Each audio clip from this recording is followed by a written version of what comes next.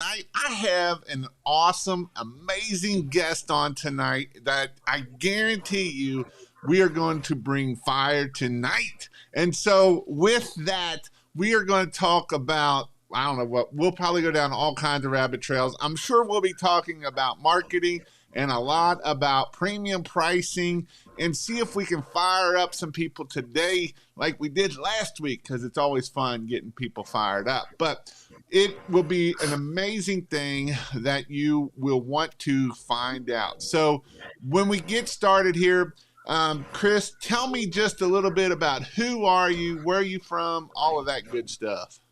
Yeah, I live in the country. I'm a country boy now. I come from the city, but just moved to the country a few years ago. Owned a small window cleaning company here in the Houston, Texas area, and that little bitty window cleaning company was able to do a dynamite like thing, and was able to sell that company last year. Today, I get the opportunity to do kind of what you're doing and teach people how to put a high ticket machine inside their company by showing them how to attract high end clients and close high ticket sales, and then retain those clients for life. So, yeah, a little bitty window cleaning company right here in Houston, Texas. Got to sell it last year, and now we're doing what you're trying to do, man. Just teach people how to do that. Awesome. Before we get started, let's see who we got in the house. We got Mr. TC's in the house. We got Kentucky Pro Wash. How are you doing? We got Mr. Nathan Brinkers. So many Chris's. Yes, there is. This is another awesome Chris too. I guess Chris must just be awesome, is what it's about, right? We got Kelvin checking in. Anthony, Mr. Tony, what's up? Fresh Rents. How's Mr. Mike doing? And Northern Exterior. So I like that so name, Fresh Rinse, man. That's a sweet name. I like that. What's up, Fresh Rinse? That's pretty cool. That's good marketing right there, man. that takes you back in the day of way back when, doesn't it? Yeah, you Um, need a song with that one. I know it. We got Mr. Sean from Canada, actually Newfoundland. I don't know if he's in Newfoundland right now. We got Hugo from Southern California. We got all kinds of people in here. Awesome, awesome, awesome. So, Chris, let's talk about how did you get started? Now, was this something that you were just started this amazing pressure washing business and you had all this money that you got started? Or let's talk about your story a little bit. Yeah, it's actually the exact opposite. Usually when I share with people, I'm like, "Hey, I don't come with to you as a guru."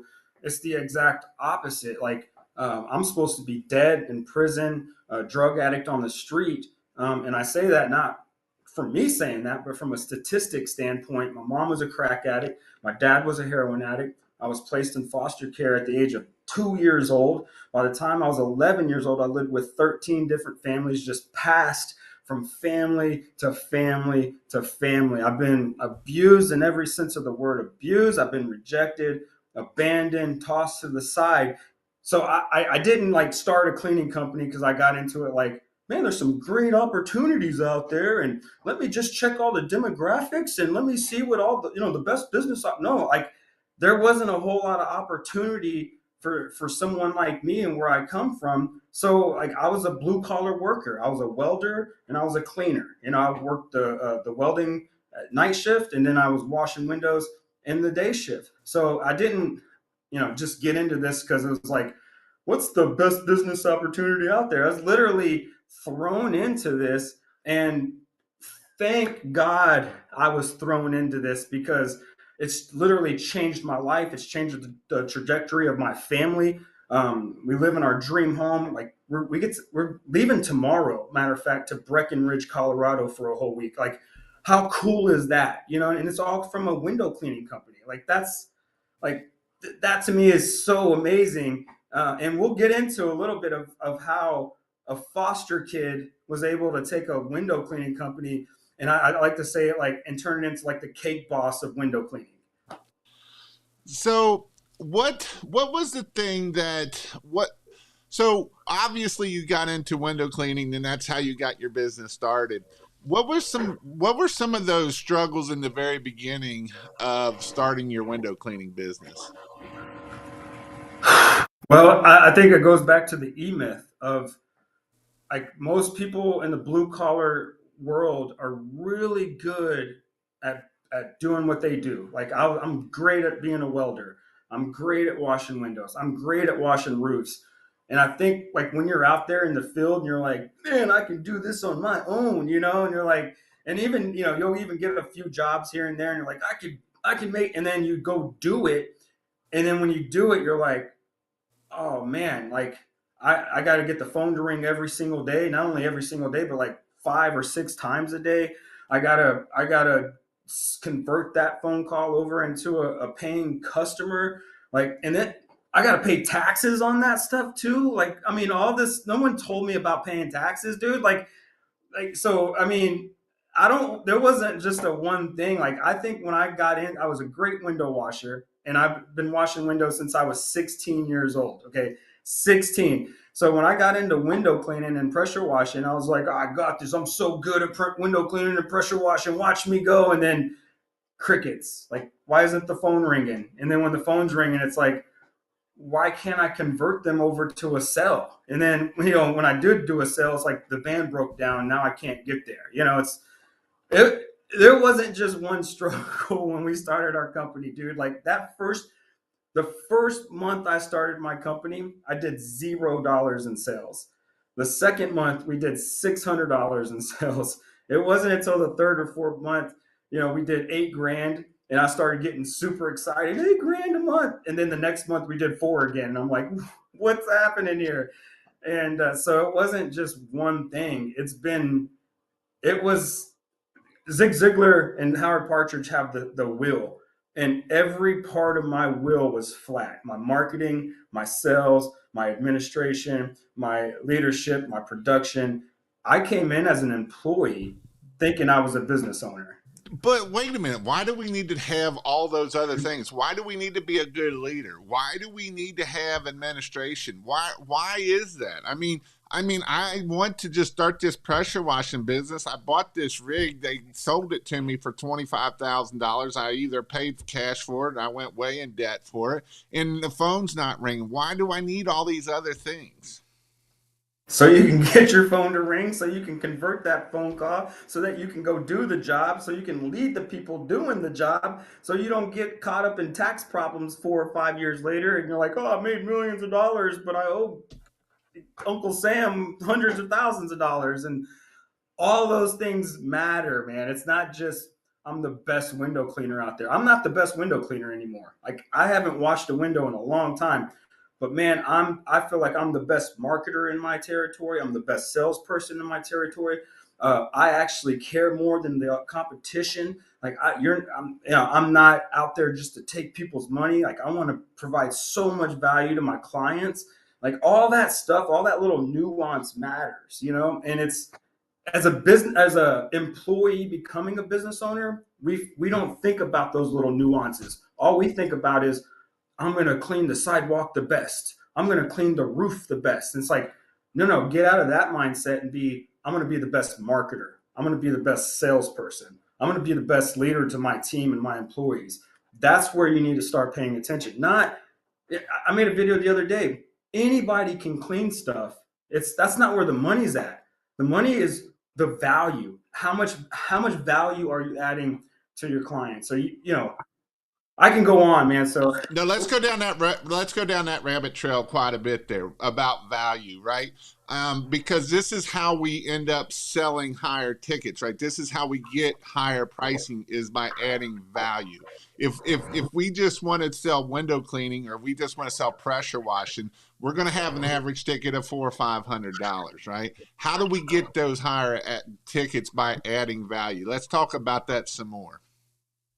So, man, the very like anytime I start talking about high ticket and adding value, I always want to talk about the customer journey, right? So, when we talk about the customer journey, if I ask somebody, "Hey, where does the customer journey start?" They typically say when the phone rings, right? It's like when the phone rings and the customer calls, that's when the customer journey starts. I actually go way before that. How did they hear about you?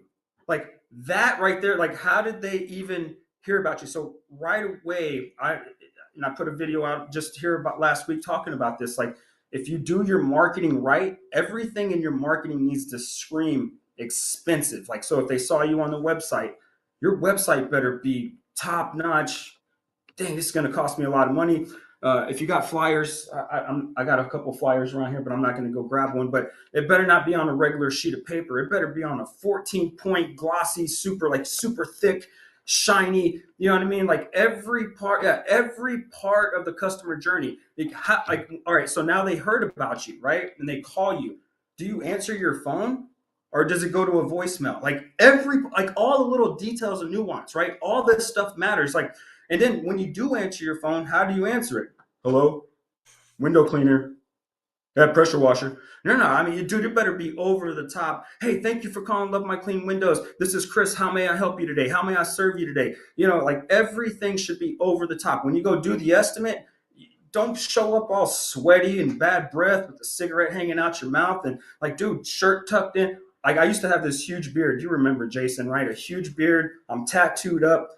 I wasn't the one doing the estimates. I didn't want them to know a bearded, tattooed foster kid owned the company. I wanted them to think, dude, this is like some businessman owned that company, right? And we could get back to that because that's not the best way of thinking. That's kind of self-limiting beliefs because people actually care about family-owned business and they do a franchise. But we were able to tie both those together to where we look like a franchise, but we were a small family-owned business, and we use both of that story.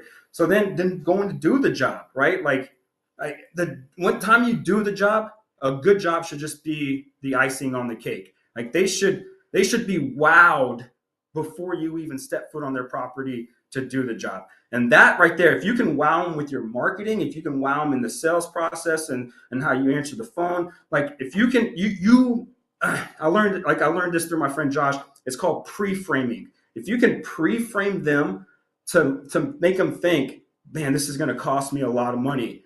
Then the sales process, when you go and show it to them, like, yeah, this is going to be a lot of money. It's going to be $2,000, Miss Jones. They're not freaking out anymore. They're like, yeah, I kind of expected it was going to be a lot of money. I love it because actually, the other Chris that was on here that comes on, he talks about people and he's like, it's not it. So it is expensive and it's about 5 grand, right? So you're just building that value that, oh my God, it's 5 grand. But his average ticket right now is $1,600, right? You don't get a $1,600 average ticket by only offering a $1,600 package. He gives a Yeah. full package. He gives everything, and so he tells them that $5,000 just so that it is like, oh wow, that's a lot of money.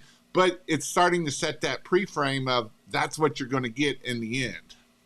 Yeah, and if you do everything right in the beginning, like if your marketing is on point, I mean, like think about it. How did they hear about you? Just ask yourself right now. How did they hear? Like, is it a Google? Then they went to the website. Was it a flyer? Then was it a postcard? The mail? Was it a Facebook ad? Like everything should be screaming expensive when they look at your marketing piece, because then when you go show them that high ticket, they're because here's the thing, and I know what the next question is well, how do you convert those? You know, like because there's two types of customers. There's the price shopper and then the value shopper. If you're talking to a price shopper, that's not your customer. Next, right? Get rid of them. Like go, boom, scram. But if you're talking to a value shopper, this is where all this stuff matters. Like this doesn't work. Like I live in the country. We're all DIY people out. We own ranches and farms. Like we're not hiring other people. Like we're doing it ourselves. That's not my customer, right? Like, and that's where sometimes I have to drive 45 minutes. Like my shop is an hour from where I live. So you have to go find these people. You have to go and find. You can't like I hear like so many victim mentality people sometimes like you don't know where I live. I live in a place where it's like $99 guys. Like I live next to Mexico. I live in Texas. I live in Houston, one of the biggest cities. Like there's $99 guys everywhere, but there's also the customer that needs those $99 guys. That's not my customer. Like I want the cake boss customers. I want those people that are willing to spend 20 grand on a stupid birthday cake. Those are my customers. Because if they're willing to Well, spend and, 20 and grand you on a and birthday this cake. that's the thing I love about it is because Christmas, we're getting high ticket prices in Houston, right? Houston is second to probably Florida this day, right? It between Florida and Houston, you could probably throw them up, and they're both going to hit the ground. There's $99 guys crawling everywhere. Like there's $59, $49 guys crawling everywhere. But you got to ask if you want those. And I love about how you're saying, adding value. And I agree with you 100%. The customer journey starts way before we ever answer that phone. The answering the phone is halfway through the customer journey. Yeah. The book that I really love is They Ask You Answer, right? We're answering all of their questions. We're educating that customer on our website. The thing that I've been building websites here lately for people, and the one thing that I've been asking for is give me pictures of you on the job and pictures of you.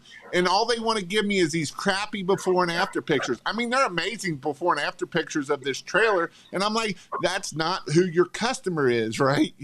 I thought you were going to say stock photo for a second. That's even worse. Do not put a stock photo up, man. Like, I thought you were going to say stock photo, but yeah, before and after. Yes, I hear what you're saying. I didn't mean to interrupt you, but go ahead. But it's these crappy on a trailer or that. How many houses did you go to that wasn't even dirty, right? Because that is our customer. Our customer is not the person that has waited to it is so green that they're calling you there. Our customer is they're keeping it clean. They're doing those things. They're an annual customer. They might even be a bike, twice a year customer that we're washing this house. Why? Because they want it clean, and those are our customers. We have monthly customers. We literally have monthly customers. And when we rolled out our monthly program, people are like, nobody's going to do that. And I'm like, you don't know who I'm talking to, dude. I'm talking to people that live in mansions. And we're a window. This is for window cleaning. So I don't want the roof washers to be like, monthly roof washers. Like, no, this was for window cleaning. We did 65. This was back in the days. We did 65 windows for 11 windows for $65, and it was usually the windows around the pool. And people would say, "Why?" This was what we would call our loss leader, right? And every month, our van would roll into the same neighborhood, park in the same front of the same house, and we would get out for 20, 30 minutes, wash the windows, and pretty soon people all in the neighborhood would be like, "Dude, I see your van everywhere. I see it all the time." And even when we had one van at the time, people were like, "Dude, your vans, plural, are everywhere." And I'm like, no, I only have one van. But I'm strategically marketing. I'm strategically placing my van. Here's one. All right, this is a sidebar here. All right, this is a crazy marketing trick. When you have 3 houses to do on the same road, I would like most people would be like, well, let's do all 3 of them at the same time on the same day, so that way we can save some money, right? Not me. I'm like, let's do this one on Monday, let's do this one on Tuesday, let's do this one on Wednesday, because I want my van in that neighborhood every single day to where the neighbors are like, dang, dude, you're in my neighborhood all the time. And I'm like, I was just in here for 3 days, but for you, it's all the time because that's marketing, dude. All you really need to do is be seen. They say 7 times. I've found it to be 3 times back to back to back to become a household name. That's really it, man. If you could be seen 3, 4, 5, 6, 7 times back to back, this is why I'm so big on marketing. Like, send them a postcard to mail, put a flyer on their door, hit them with a Facebook ad, hit them with the yard sign. Don't just put the yard sign and just go. No, hit them with the yard sign, then send them a Facebook ad, then put something in their mailbox, and then they're going to be like, dude, I see this dude all the time, and then all your stuff is like epic, right? It screams value, it screams expensive. So they're like, I need to get my windows clean. Who am I going to call? The guy that they feel value in. Brand awareness. So let's talk. Actually, Nathan asked a question, and I'll let it go right here. But can you ask him what about pre-qualifying? Or let's talk about pre-qualifying or figuring out where are our customers? Yeah. So there's 2 types of marketing that we do in our company. We do indirect marketing and direct marketing, and some people may have heard it some kind of other way. Direct marketing is people looking for you directly, right? Those are people that like, hey, I need to get my windows clean, my roof washed, my house clean, whatever it is, and they go on Google. Indirect marketing is people that don't even know they need your service, but they find your flyer on a door, and they're like, I didn't even know my windows were dirty, and they look up and see the one above the front door, and they're like, oh, let me call this guy. So like indirect marketing is a whole lot easier to go and get than direct marketing, in my opinion. Like Google is great, like, but you can't control who Googles you. The poor guy in the trailer park can Google you. The person that's just trying to get you at an HOA, like, the HOA is just bothering me, will Google you. Indirect marketing is now you get to go and pick who you get to go market to. So for us, we passed out 20,000 flyers every single month. And I pre-qualified them by this. Like, I want to talk to people that have 50, 60 windows. I want to do 5 or 6,000 square foot homes. I want one job to equal, our daily goal for each van is $1,500 to $2,000. I want one job to equal that $1,500 to $2,000, because you may not know this, but it costs the same amount of money to get a client that pays you $200 than it does to get a client that pays you $1,500. So might as well spend those marketing dollars. But to go back to your question of how do we pre-qualify them, when they this should be a part of your script in your office, is asking certain questions in your script that will get them to know, like, this is going to be expensive, right? And again, if you do your marketing right, they probably shouldn't even be calling you, because they're like, I'd rather call the piece of paper flyer than the freaking 14-point glossy flyer, right? But it's a value shopper, they're going to call you. So pre-qualify them with your marketing, right? And then once you answer the phone, you should be having certain questions lined up. And I don't want to give away all those questions. So if you're going to say, hey, what are those questions? You got to buy the program for that. Now I'm just kidding. No, a lot of it is just you're gonna pre-qualify them just by you will pre-qualify them through the marketing materials. You will pre-qualify them through the website, and that's where it's not looking cheap, right? I've that's what got me in trouble last week and got arguing with people is we do not want to be the cheapest. The cheapest doesn't get us in business. I actually put a TikTok out and somebody commented on me and said, you'll be out of business first. And I said, with high prices. And I said, actually, bud, you will be out of business before premium pricing go out of business. Now, is premium pricing always easy to get? No, you got to learn different things, right? In the very beginning, Chris was talking about learning how to be a better leader, learning how to do different things. Chris he has always done different things to keep and furthering his education, and he still does. He still goes to classes. He still learns. Why? Yeah. Because he still don't know everything. Do you know everything yet, Chris?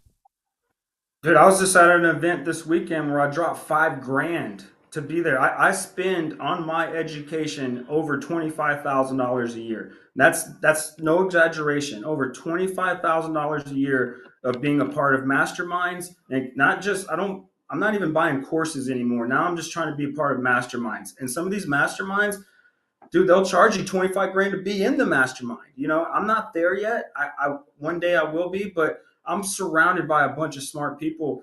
And guess what? I have to pay them to be surrounded by. So yeah, dude, I'm constantly learning. Like I said, I was just at an event this weekend where I picked up this awesome shirt where everything says, I really believe that. So here's what I would. You don't have, like, we live in a great day to day where we have, like, I get it, dude. There's a lot of gurus out there. There's a lot of cloudy, smoky, like, you don't know what to. Find the people that have done it. Okay, find the people that have done it, that are where you want to be, and then go learn from them. Like, listen, like, I'm not there's a guy out there named Tommy Mello that's doing $200 million a year. If somebody came to me and said, hey man, will you help me turn my company into a $200 million a year company, I'm gonna be like, dude, go to Tommy Mello. Like, I can help you get to 7 figures. 8 figures, dude. I have no idea, right? But that's where I'm learning, dude, and that's where I'm trying. Tommy Mello has really, like, opened my eyes to what's possible, because I remember being a window cleaner and people were like, you're not going to make any money washing windows. And I remember Tommy Mello popping up on the scene, and I thought that was like garage doors, like.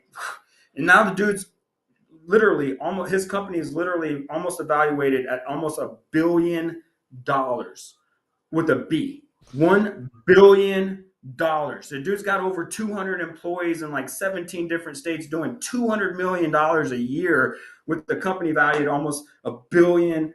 And this is why it fires me up, man, because it's like if Tommy Mello can do 200 million and Chris Martinez can do $20,000 a week, and the cake boss can sell a cake for 20,000. Cake boss actually sold a cake for $30 million, dude. You know how many people probably told him, dude, you'll never be able to sell a cake for $20,000. You'll be out of business selling high ticket cakes. But you know what the cake boss did? This is why I love the cake boss. You're going to hear me talk about the cake boss like for years because he's my favorite person. Because I imagine people talking to him. And you know what he did? He said, no, I'm going to go find the right customers that care about that $20,000 cake and see the value in the $20,000 cake.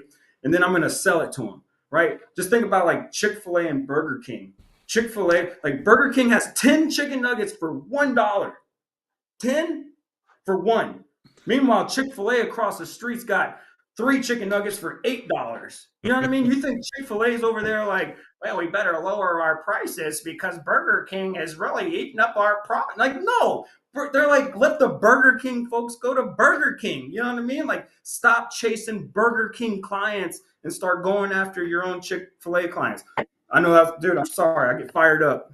No, but you know what? That's 100% true, right? You can be the Chick-fil-A or you can be the Burger King, right? Both Yeah. of them sell, both of them are $1 million multi-million-dollar companies, right? Both of them are. But Yes. Chick-fil-A doing just as much and they're only working 6 days and the other company's working 7 days a week and they're doing about, actually, Chick-fil-A is More. doing more. More. Yes.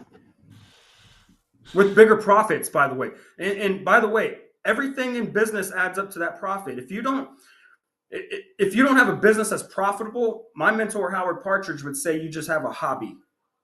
Let that sink in for a second. If you don't have a business that's profitable, you have a hobby. When Howard told me that the first time, like that was a kick in the balls for me. I'm like, no, dude, I'm a business owner. And he's like, no, you're not. You're a hobbyist. And I was like, no, I'm a business owner, dude. I'm an entrepreneur. And he's like, no, dude, you have a hobby. And I was like, but he was right, dude. He was 100% right, dude. Like, and you got to stop taking this as a hobby. If you want to get serious as a business person, dude,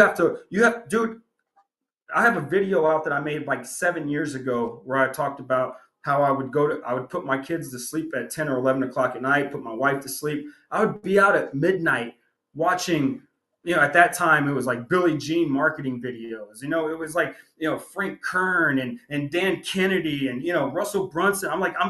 Just immersing myself in marketing. And then I found out like, oh, I suck at sales. So then I'm immersing myself in sales. Like, okay, what do I have to do? Like, I stutter a lot and I talk like, and I don't look at people in their eyes and I'm not confident. And, it's like all these things. It's like, oh man, this is how you sell. Okay. If I can just do this touch and just do this. And here's the coolest part about it, Jason.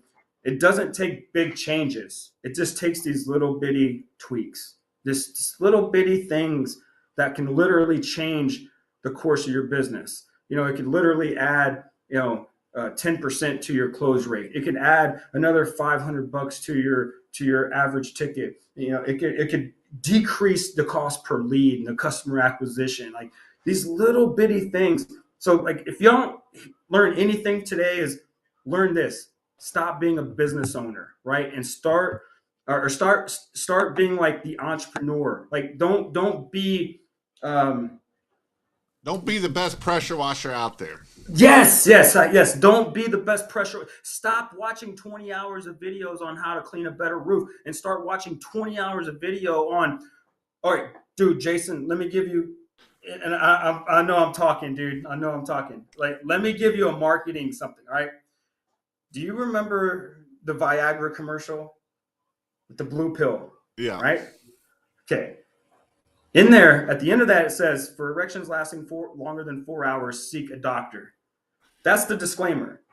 That's not a real disclaimer. That's marketing. That's like, hey, dude, our stuff works so good that you're going to want this. So you think a dude's out there like, four dudes are like 4 hours word, like, you know what I'm saying? Like, become a marketer, dude. If a drug company can put a video out there that grabs people's attention and they're like 4 hours, like, you have to start getting creative in your marketing as well. And this all starts by learning, man. Like, I didn't just wake up one day and I'm like, I know marketing now. Like, I immersed myself. I stopped saying I want to be the best window cleaner out there because anybody can do that. I want to be the best marketer. I want to be the best salesperson. I want to be the best leader to my team. And then that's when everything starts to change in your company. So that is is gold, and I think that's where that's where I struggle with helping other people is because I know I got to do teach the pressure washing to get people to watch me, but in the end, someone asked about pricing, right? That comes back to marketing, that comes back to your sales, that comes back to all of that. That comes back to showing how high price you are to get in there, right? And this is one of those things that I hear a lot of people like, what do I price? What do I do this? But, that's one thing that I love about Nathan here. Nathan is my young entrepreneur. He's like 21, 22. Did the Grant Cardone University. He's done all kinds of great things to help him sell better. And he's in a market that's pretty saturated. Lexington, Kentucky, there's a lot of people there, but he is doing well. He's got a high average ticket. And these are the things that set you apart. And you know what? Is he the best pressure washer? Probably not. There's a guy been doing it 15, 20 years and he's amazing. And he goes on every job. But Nathan is trying to set up for a business and keep growing his business. And these are things that you have to do at the end of the day.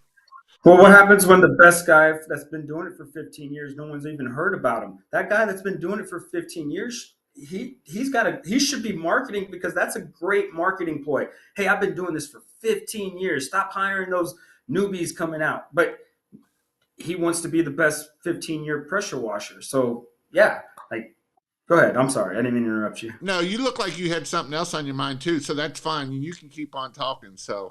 No, go ahead, dude. So let's talk about something that I also know you're pretty passionate about too. Is what about knowing your numbers? Why is it important to know your numbers?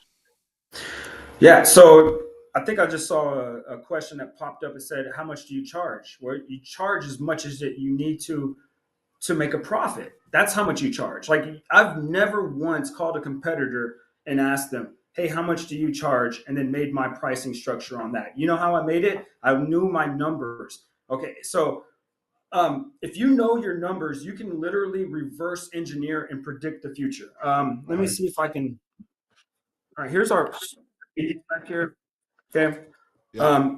Our marketing wall back here, like, every day we know exactly. So that D, we know in we know that in January it's slow and we need $1,250, right? It's not a whole lot, but we know that by the time it gets to April, May, we need $5,000 a day, right? We need $20,000 a week. We know that RC down there, that's repeat customers. We need $50,000 in repeat customers to come in. That NC down there, we need 53 new to come in to hit, right? So we're not hoping and wishing anymore. Like, we literally know what it takes to hit $1 million, to hit whatever revenue that we need to hit, right? So we literally reverse engineer it. So we know exactly how many customers we need. We know how many times we need to get the phone to ring to get those customers. So if we need 100 customers and our close rate is at 50%, I need my phone to ring 200 times. So now I got something to go to war on. Like, 200 times to get your phone to ring. Yeah. All right. What are we going to do? Google, Facebook. Now you have something to go to war on. Like, now it's not, man, I hope we make $1 million this year. Man, please, every student that I have that comes into my 9 times out of 10, right? I ask them a few questions. Hey, like, what did you do last year? And then they tell me, and then I say, what did you want to do? And it's usually not the same number, and it's not usually over, very rarely. And then I ask them, hey, what do you want to do this year? And it's usually some outrageous number from what they did last year. It's like, I did 250 last year, and this year we want to do 1 million or 750. And I say, great. how many customers do you need to get to that million? I don't know. What's your average ticket? Oh, somewhere around. What's your uh, rate?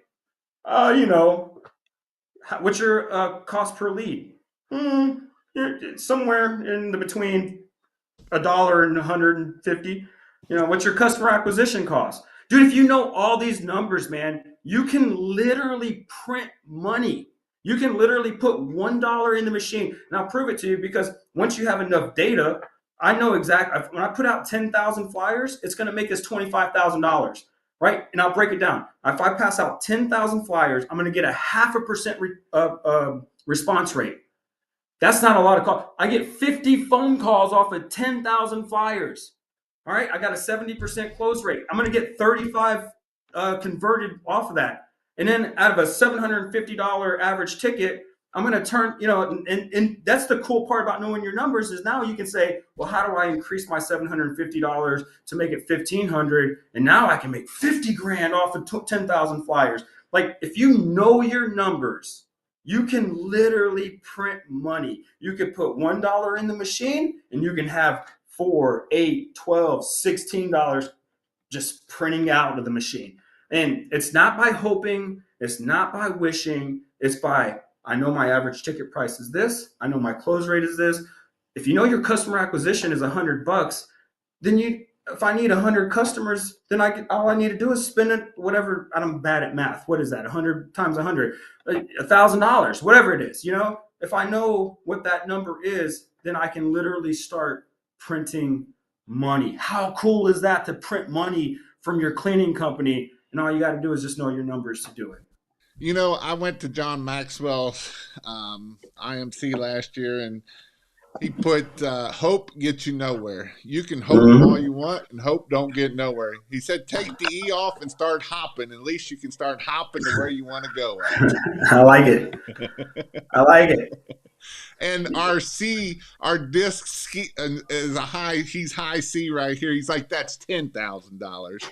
Um, Okay, well, 10,000. Hey, this proves you don't have to be smart to make money, dude. Like this, like I'm not smart. Like I talk poor English.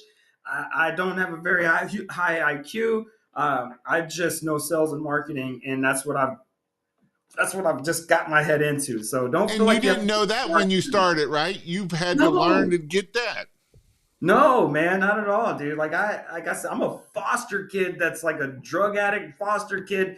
You know, I'm drinking a beer right now. Like, you don't have to be smart to do this stuff, guys. Like, and by the way, I'm not a drug addict, so I just want that's part of my story and my testimony. So I didn't want anybody to think like, oh, this dude's a. So, anyways, And he's off the chart C. So he was just at my last class. And if you want to come to one of my classes, you can go to kpwtrain.com or you can check this out. And so I've actually started on this. So I have on the one day is all pressure washing and it's all how to chemicals, blah, blah, blah. And day two is all about marketing. And I've actually started bringing in the disc and teaching people disc and teaching yeah, people love language. And John was like way high C, and so it was fun to see him because he was the person asking all the questions about EPA and what about this, and it's like, yep, you're a high C, bro, so it was fun to be able to learn that with these guys and teaching them. So yeah, high C's should be numbers people, right? they're very much Yeah, numbers, yeah, analytical, yeah. all So of you that. should know these. Yeah, you should know these numbers, man. Hey, and let me just before you go any further, like just so y'all know, and I'm like, y'all know these numbers, okay? Know your close rate, know your average ticket, know your cost per lead, know your customer acquisition, and then I always say know your response rate. So like if you reach to 10, like in the internet world, like how many impressions do you need to get the clicks, right? So how many eyes need to see your thing to get them to call you, right? So once you know these numbers, and it's not a lot, it's like just five numbers, right? It's not a lot. Guys, go out there, learn those five numbers in your business. It's nerdy, it's boring, but once you know it, you'll be able to print money. How cool is that to print money, right? You, If you want to print money, just say me, right? and this is, and if you want to print money, anybody put me in there, Yeah, and type this down is there. I something want to that print money. I love too because when I ask people what their or what their average ticket is, I love when I get this response. Oh, it's somewhere between $600 and $900. So you don't know your average ticket then. Yeah. And you know, crazy is most CRMs will tell you right there on the. I mean, you don't have to go very far to look. It'll tell you you had 100 jobs and it's 100 grand and whatever, you know. So So this let's. average So is this. somebody asked the question here, and this. Let's just break it down in dummy terms. How do you calculate the cost per lead? How much did you spend on marketing and how many leads did you get? Yep, it's not real Pretty hard. easy, right? Pretty cool. So go inside, you'll open up. I don't know how you guys would have it, but we have a whole dashboard and whatnot. But how many, and this is where you need to be tracking. Like you have to be tracking. Like, and when you're doing your phone call or when your office manager's answering the phone, you need to know that should be part of the script. Thank you for calling Live My Clean Windows. How did you help?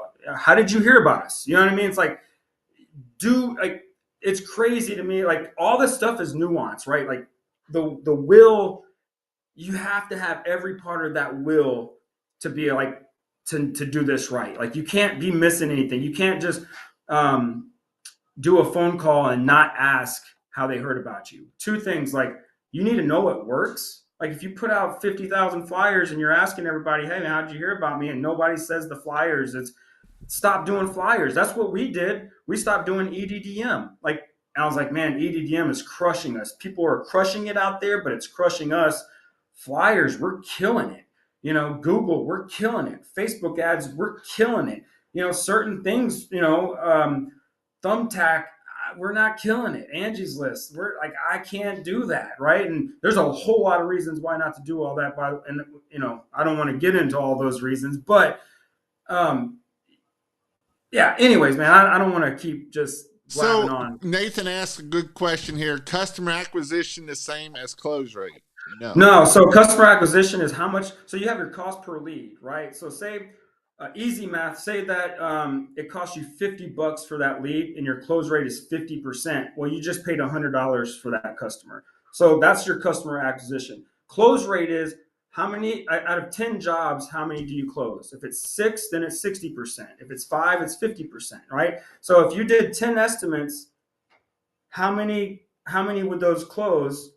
That's your close rate. Customer acquisition is how much did that customer actually cost you? And this is really important because, like, again, if you know that number, you can print customers, right? And then you can know, like, dang, dude, my close rate sucks. I was working with a company here, their close rate was 17%, and they had no idea. And let me break this down because this could help somebody. This was that broke my heart. I got into their marketing. They had no idea what they were spending about $150 per lead. Per lead. That's all right. And then their close rate is at 17%. Now, easy math. $150 per lead is actually like 164, but easy math, 150 at 50% close rate. That's a $300 customer acquisition. So I mean, they're already losing money off the bat. So even if so, say their average ticket was $600, 50% of it's going right there towards marketing. This is why it's so important. This is why like people are like, I don't understand why I'm losing. It's like know these numbers and you'll never. Well, I don't want to say you'll never lose again, but you'll know why you were losing. And once you know why you're losing, now you can go to war. Like, man, my close rate's at 17%. What do we got to do? How about follow up more, right? How about you have a follow up process that no, they didn't. So 24 hours I'm calling them, 48 hours I'm calling them, 72 hours I'm following them. Like my average ticket price is like $500. Well, if you don't know these numbers and don't track them, then you don't have a reason to go to war. Well, maybe you should have we have a 4-step upsell process that turns a $250 exterior window cleaning into a freaking $2,000 roof wash, house wash, driveway cleaning. Like all this stuff, man. Like if you don't know the numbers, then how do you know what to go to war on? Do you get inside your car and say, I want to go to New York today and just start driving? Like I don't know when to get gas. I don't know how much it's going to cost me in gas. I don't know what hotel I'm going to stay in. No, you go like I'm going to Colorado tomorrow, and I know exactly. We got an airplane, right? We planned the trip out. We knew like we had to. We know exactly where we're going to stop. We're going to how much it's going to cost. We know every little detail in that trip. Your business is the same way. You should know all the little details so that way you don't get lost in the middle of nowhere and like, well, I was heading to New York and I'm in California now. Like, well, dude, you didn't have a roadmap. You just started. But Chris, should I buy a 4 gallon a minute or an 8 gallon a minute? I don't know. That's the wrong question for me, man. I don't know, but I'm gonna make money off of both of them. So But that's what I'm getting at is that's what people ask stupid questions instead of figuring out the numbers, figuring out how to do this, right? And sometimes I know it's not fun and it's not sexy. That's not the sexy part, right? Showing my 8 gallon a minute on this beautiful $30,000, $60,000 rig, and man, I can clean all this stuff and my phone's not ringing. I don't know nothing. I know I got a 500, $1,000, $2,000 payment, and that's what I know I got. you know what drives me crazy is people will spend 50, 60 grand on a rig, but won't spend 50, 60 grand on marketing. Like that blows my mind. I'll spend 6 grand on the rig and 60 grand on the marketing. So that way in a year I can buy the 60 grand rig and then have $120,000 marketing budget, if that makes sense. You know what I mean? It's like don't put the carriage before the horse here. You know, like let the horse ride you, dude. I always tell people how much ever you're going to spend on a rig, you better spend that much in marketing. And if you're not going to spend that much in marketing, then don't buy the rig because you will go Yeah. out of business, you know? And this is, I want to hit on another thing here too is, oh, Nathan put my last year, my average ticket was $758 and a 45% close rate. And that's awesome, right? He's in a good market and he's young. But, even talking about Nathan, right? Nathan lives out in the middle of nowhere and he drives 45 minutes to get to his market where he needs to be at. I'm on Northern Kentucky. I drove 45 minutes to an hour to the north side of Cincinnati because that's where my market was. When we hit our $1 million, it wasn't in Northern Kentucky. It was on the north side of Cincinnati where all the money was. And so Yeah. this is why it is important to make sure that you are knowing where your numbers are, knowing where your customers are, knowing where to market at. Those are the important things that we need to do to make sure that we are growing and we're doing this. And for Nathan to do this at a $758 average ticket is pretty freaking amazing at 21, Yeah. 22 years old. Good job, Nathan, dude. Awesome, bro. That's great. At 21, dude, you're gonna be. I'm 40. You're gonna be crushing it. Hopefully, you've already sold or whatever. Dude, 21, 758, 45% close rate. Here's what I would say is even go even further in that, nerd out into that even more, and then channel. How much is each channel? Like, is that because I've learned that our flyers have a higher ticket or higher ticket and a bigger close rate than say our Google, and that's because like Google they'll call 3 people, but a flyer on the door they're only getting one. So I would break every channel in marketing you have, put a close rate next to it. So if you're doing EDDM, you know, have all your numbers for that EDDM and say, man, my close because what I found was like our Google is at 40%, but our flyers and Facebook ads are at 60, 70%, and don't get discouraged, if you do have a 40% close rate and you're only doing Google, right? Like, so all these things like matter. And then we do like average, when you say average ticket price, break that down in each, what's our average house wash? What's our average roof wash? What's our average exterior window cleaning? What's our average driveway? And that way, next year when you go build out your future, the next year, you'll know like, window cleaning is a low ticket, roof wash is huge, but this is residual, and they're doing it every 6 months, 3 months, and this one's every 2 years, and then you can start to like really get creative, man. And this is the fun part about business, by the way, is like being a creator, like literally like in the nuance of saying like, what happens if I doubled my close rate? You probably have to get cheaper. What happens if I cut my close rate in half and I doubled my price? That's an interesting concept. Like I double my price, but I cut my close rate in half. Like there was a time our close rate was like close to 90%. And then my mentor Josh said, dude, you're leaving money on the table, bro. You need to be down like 60%. And my first reaction was like, you you crazy, dude? Like the whole idea is to do work. Like I went from a 0% close rate to 90%. And now you're telling me I'm leaving money on the table. Like, what if you doubled your price and cut your now you're doing less work for more money? Like, and I was like, and here's the cool part. Numbers don't lie. People do. And guess what, dude? We'll lie to ourselves all day long. But if you go look at the numbers, they never lie to you. And then you can get really creative with things and you can say, man, I'm telling you, if you like this right here, marketing is cool. Marketing is great. But this right here, like you can literally print money with this. Then you go get your marketing right, and then your sales process right, and then your operations right.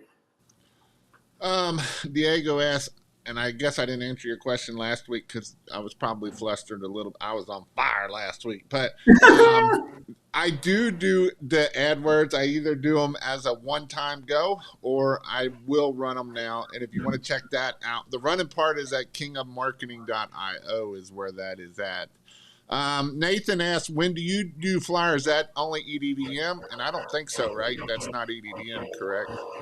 No, EDDM is you're picking zones and mailing them out to different zones in the post. And it's pretty cheap. It's like 16 cents to put a postcard stamp on there and do it. But I found that like especially here in the rural, like not a rural, in the city, like your mailbox like stack is this big, right? And like you almost have to do the EDDM 3, 4, 5 times where putting a flyer on the front door, it's just one flyer on their door. They go Are get you the paying flyer. someone to do that, like high schoolers and stuff? Oh, well, we do. We have a whole street team process. Yeah, so we hire a whole street team, and there also are in between people. So if someone calls in, we bring somebody in from our street team, and typically, yeah, they're college kids. I'm a church person, so usually it's people in our college and career, in our youth group, or you know what I mean. So I tend to have a good network of young people wanting to work, and here's what we did do in the beginning. I did a marketing trick in the beginning. I put an ad out to all my Facebook friends, and I just said, hey, if there's anybody that wants to get paid to exercise, we'll pay you to exercise. We'll literally pay you to walk a few miles a day, and just give me a call if you're interested. And then they would call me, and it's usually just housewives that are staying at home with their kid, and they're like, dude, I'm already walking, like, what's up? And I'm like, hey, yeah, just here's this neighborhood, we got 1,000 flyers we want to pass out. Do you think you can do 400 of them today? And another four, like, so we try to do, in our peak season, we try to do 20 to 30,000 flyers every single month. Whew. And like I said, we have it broke down to where at 10,000 flyers, we'll make $25,000. This is a good question, and I'm going to add to it a little bit. Would you push for more high end tickets or residual?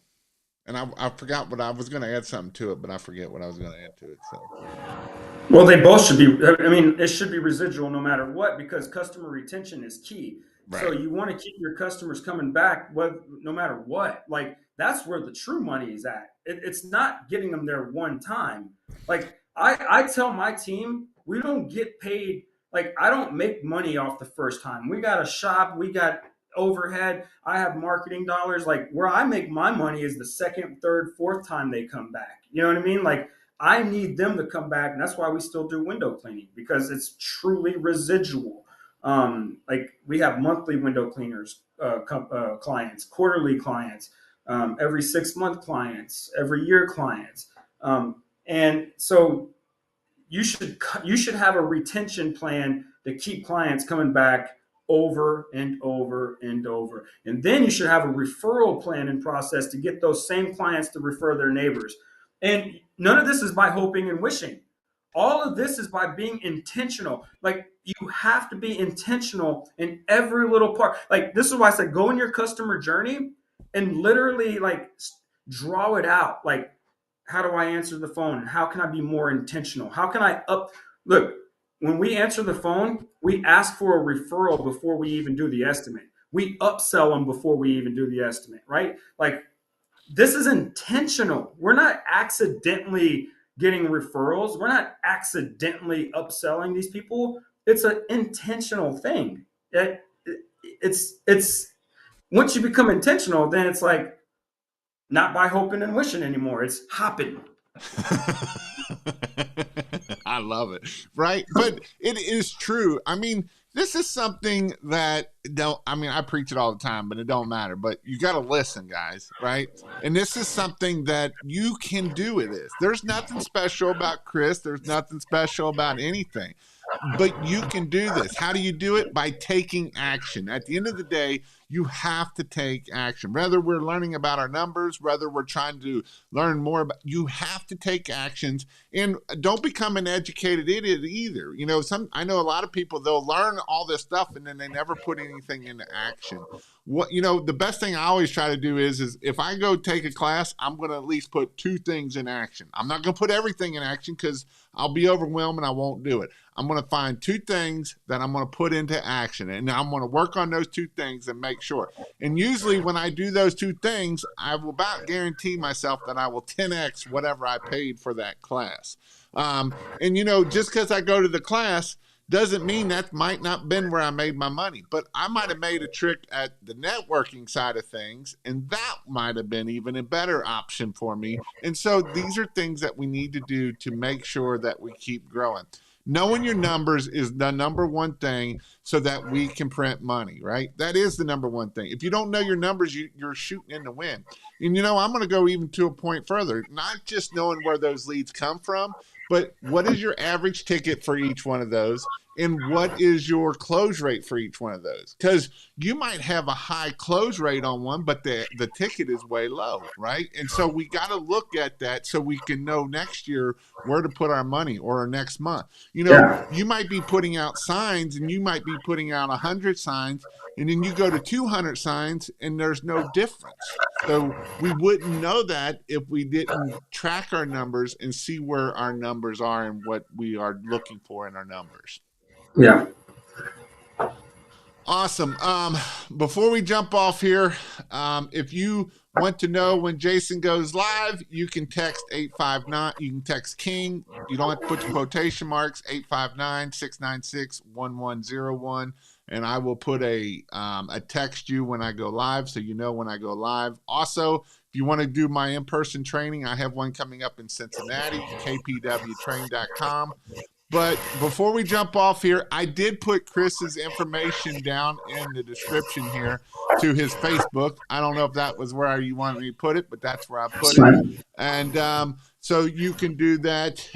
Chris, is there anything that you want to, if you want to ask the people or any of that kind of stuff, more than willing to talk about anything you want to talk about? Yeah, we're actually doing a in-person right here at my shop. Just all this nerdy stuff right here. We're covering how to put a high ticket machine into your company. We call it high ticket marketing machine, how to attract high end clients, and then how to put a high ticket sales machine, how to close those clients, and then a high ticket retention machine. Doesn't matter if you can get them to call and then you can close them. Now you got to keep them, right? So that's a 2-day event right here, April 12th and 13th at my shop. If you're interested, we're only letting 10 people come, by the way. And I think we've already sold 4 or 5 spots. So we got 5 spots left open if you want to come over in the middle of April. And literally, we're going to give everything that our company does in marketing, every document, every flyer, every 5-around, every estimate sheet, every sales objection. We didn't cover any sales objections, but every sales objection that we have, everything. And then we're gonna eat a lot of Mexican food and barbecue, and then have some fun. So if you're interested in that, hit me up. We got 5 spots open, and hit me up. Yeah. Awesome. The link is in his. Just if you go check out Chris's page, he's got it on his page, or I seen it on there earlier today. Yeah. Tell me, what's one book that you've read that was like an aha moment for you that has changed Oh, a lot? one. Wow, one. One or Um, two. You can go. I'll give you two then. so recently here, the book Traction has really opened my eyes in the power of like core values, and having like actual metrics and tracking these metrics to where, if you're going to hire a salesperson, like I'm a bad leader, and then you just kind of throw people out there in the deep end, and you're just like, go sell, and you don't give them any kind of. So the book Traction has really helped me in my, and then I'm a daily reader of the Bible, so I'm going to always spit that one out there. The book of Proverbs, even whether you believe in the Bible or not, I would encourage you to read one chapter a day. John Maxwell says if you read one chapter of Proverb a day, by the end of that, you'll have a business idea. And it's all a book on wisdom. That's all it is. It's a book on wisdom.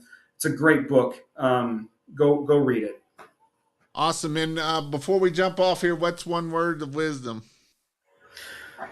All right. So be consistent and have discipline. Okay.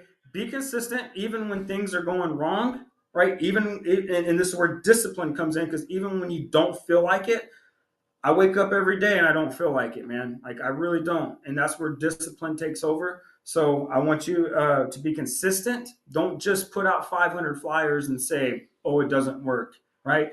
Put 10,000 of them out, and if it doesn't work, figure out why. Right? Like, was it the offer? Was it the wrong? Did I put a wrong phone number on there? Whatever it is, right? Be consistent at it, though. Don't just do it one time. You will fail in business. You're gonna fail. Don't listen to any guru out there that's gonna be like, it's gonna be roses all the time, man. Like, just suck it up, dude. It's gonna be roses. Dude, listen, you're gonna fail, and I need you to know that. And when you fail, I need you to get back up, be consistent, and then have the discipline to do that. And discipline, listen, motivation's great, man. Motivation's great, but discipline will get you out of bed. Discipline's what gets you out of bed to brush your teeth every day. Even when I don't feel like brushing my teeth, guess what? Discipline kicks in. It's like, dude, you got to brush your teeth, bro. You know what I mean? So be consistent and get disciplined. Awesome, man. Well, thank you for coming on here. I know a lot of people learned a lot. Hope you take action, and we'll see you all next week. Hang on, Hey, man, thank Chris. you.